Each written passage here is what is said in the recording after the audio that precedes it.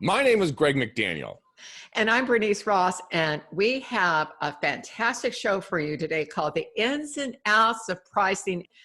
Now, Greg, one of the things we know about top producers, and you're one of them, but you can walk in generally and price a property without looking at the comparable sales because you have that deep inventory knowledge. Nevertheless, though, where you price the property is different from where it may sell. So you may know where it's going to sell, but what we're going to be talking about today is where do you price it based upon the market conditions. Now, Greg, you've seen some pretty wild pricing things going on in San Francisco. Give us some examples of some of the craziest kinds of pricing strategies you've seen. You know, how far off were they from asking price, or how far over did they go? Give us a kind of a quick overview. You know, I had some crazy experiences right when COVID originally started. I had a client of mine, we were looking to buy them a property, and they hit me up and they're like, oh my gosh, like it's COVID, the market's going to crash. Like, let's go steal a house. Not really steal, but you know what I mean. Get a great deal. And I said, okay, yeah, let's go do it. And so we started going in the areas that they were looking in, and we were seeing 20, 30, 50 offers per property, $100,000 to $500,000 over list price. I mean, one of the properties that we looked at, it literally went for $500,000 over the list price. And this is a non-desirable property, let's put it that way, because my client was they were going to gut it anyway, so they didn't care about that. But they were priced at 1.8, and it went $500,000 over the list price, and the next door neighbor looked like a trash dump. It was just insane in the neighborhoods they were looking in, and people were just wackadoodle. It was just incredible. In my experiences, they were going in from 10 to 30% over list price just to get the property because there was such a high competitive rate because the rates were so low. It was bonkersville. I got to tell you that. Well, Greg, you know, the question is, though, did those brokers deliberately underprice their properties, or did they price them at the market? And They that's what we're going to be underpriced them. looking at today. So what was your experience on that? They actually, on purpose price it under the market so they can get the multiple bid scenario for their sellers. And it actually worked out phenomenally for them, which I was baffled at. But hey, kudos to them. Rock and roll. Your structure worked. Well, let's take a look. We have 7 steps today that you can follow to price properties in a red hot market. And these work in almost any market, but the red hot markets, the pricing strategy is a little bit different. So let's take a look at this. So the first one is to do your homework prior to the listing appointment. Now, when you walk into a listing appointment, you need to know where that property is going to sell. And again, if you've been around the business for a long time, you can walk in and price it without looking at the comps, but you still always need to look. So you want to be sure that you're completely prepared. And step 1 for me, I always like looking at the AVMs first, because that's going to tell me what my sellers are going to see and what objections I may have to counter based upon what's on places like Zillow, Trulia, Realtor.com. Also, when you construct your CMA, and this is a strategy I've used for many years when I was pricing, is I look at the comparable sales and divide them into 3 categories: the top 25%, the middle 50%, and the bottom 25%.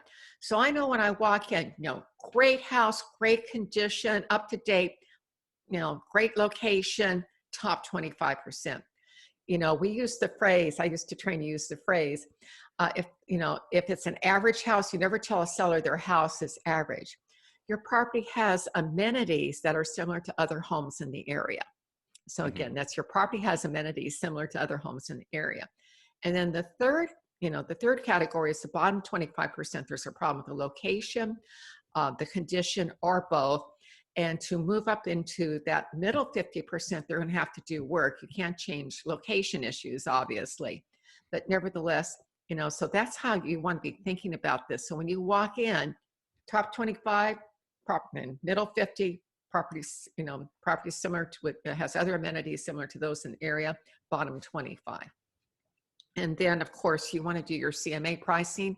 I've always done average price per square foot, and I would say 95% of the time it has been spot on for me. In fact, with my brother's house, I missed it by $1,000. In fact, I was right on the button, to be perfectly honest. That's I awesome. still haven't lost my skills in that area, but that average price per square foot works.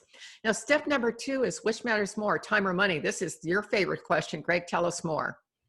Yeah, you know what? And actually, this is something that I didn't tell you and just came to mind right now as you and I were speaking. I actually had my uncle, my actual uncle, Uncle Bill. He called me up. He lives in Salinas, and he asked me a bunch of questions, and I said, Uncle Bill, let me ask you a question, because he just sold his company. He and his wife they're financially set, right? And so I said, what's more important to you, Uncle Bill? Is it time or is it money? What's more important to you? And so we went back and forth on this thing, and he said, well, I think I can get $1,495,000. I said, okay, is that the highest price? And he said, yeah. I said, okay, is that important to you? Or is it just because they're moving to Arizona, or is moving to Arizona down to your new lot more important to you? And if you're going to, lose a couple of dollars, is that okay? Would you rather bank the cash? Cause they got an offer at $1,380,000. And I said, would that be a good valuation for you? Could you live with that money? Or do you want to push the boundary because you don't know where the world's going to go in the next couple of months? Do you want to take one in the hand or two in the bush? And he said, you know what, Greg, that's a really good question. I think I could leave something on the table because we just want to go. And I said, okay, then you've already made your mind up. You know what? Now all you have to do is execute. He's like, that's really good advice. No one's ever told me that. They always try to push me to get the highest price for the listing agent. And I said, well, it comes down to you. What's your timeline? I work for you. I'm on your timeline. What's the execution plan we want to operate on? And once he told me that, I just said, okay, pull the trigger. You're already there. And we had a good time, and he walked away happy as a clam. And guess what, guys? I'm not making a stinking dollar off of it. I'm just advising the way I would advise anybody else. But that's the question. What's most important? Is it time or money? Then once you get that answer, then you can come up with a game plan, and you execute on that game plan based on your client's wants and needs, and you're doing your job. Step number 3, the bag of cash strategy. Greg came up with this one, and I love this. This is a fantastic strategy. So what do you say, Greg? It's really simple. I say, Bernice, if I could drop a bag of cash at your feet today, what would that number look like to get your property sold so you could move on to the next step of life?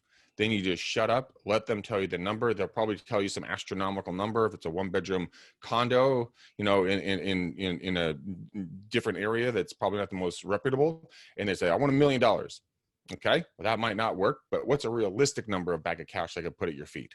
Then you get the conversation going, but it's just getting that image in their brain of like a bag of cash. That's amazing. It's not like what's your valuation or anything else. It's just, it works. I love that metaphor. I can say, well, you could look at the AVMs, or you could do this or the other. And Greg said bag of cash. That's it. Yeah, that's language I would want to use. So we suggest use that.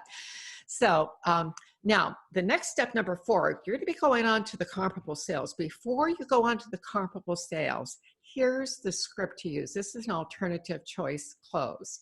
And you're going to give them 3 different options. So listen for the options. So, Mr. and Mrs. Sellers, there are 3 ways we can price your property. First, you can price it about 5% under the comparable sales with the idea of generating multiple offers. And this is what my broker had me do on the sale of my brother's house. I comped it right at $850. We came in at we had an offer $855. They asked for $4,000 of credit. On the inspections, I was within $1,000 on my price. But she convinced us to list at $799. So we got bid up on that. Second, you price it based upon the fair market sales. I wanted to go with the $850, but listened to my broker, and that's why I hired her. She says, you're going to get more activity. I believe you'll see a higher price by pricing it lower. She turned out to be right. Now, when you say this, you can say, second, you can price it at the fair market comparable sales. At this pricing, your property would take so many, X days to sell. This is the average market time. So the first strategy is to get your property sold as quickly, price it under, get it sold quickly. We sold in 4 days. The second strategy is I'll wait a little bit longer. Say your average market time is 32 days. Well, then you could say, well, the average house at the average sales price is taking about 32 days to sell. So, is that okay with you? And it could go longer or it could be shorter. The third alternative is to go after the highest possible price that they've ever seen in the neighborhood. And that means you may be waiting a while to find the right buyer. And that's if I had priced at 850 or maybe 855 or 860, I could have done that. Maybe I would have gotten that offer, maybe not, because I think we would have missed a lot of qualified buyers, and getting that, additional offers helps to drive that one good offer to close. Let's go on to number 5. Once you view the interior of the property, you'll know which category it falls into. Is it the top 25% where they have great condition, great location? Is it the middle 50% of properties that are average, but we always say that have amenities similar to those in their home? Or is it that bottom 25% where there are issues with the condition, with the, the property itself, the location? There's a lot of work. So which one does it fall into? Now, I'm going to suggest that you calculate the average price per square foot for each one of these. One of the most brilliant trainers I met many, many years ago, he used to do what he called a pricing line. And I used this for many years. But you would see in terms of the sales prices, they would cluster into groups of 3s. Your top end, kind of the middle of the road properties, and then those that had serious problems. So again, that's another way to get at this. So Greg, what's number 6?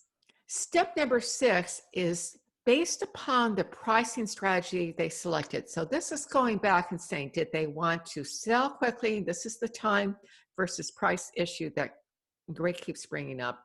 Based upon that pricing strategy, you want to use their price per square foot for their category. So if they are, indeed, if they want to sell very quickly, then you want them probably to be 5% less, as Greg suggested, than what you think it's going to sell for.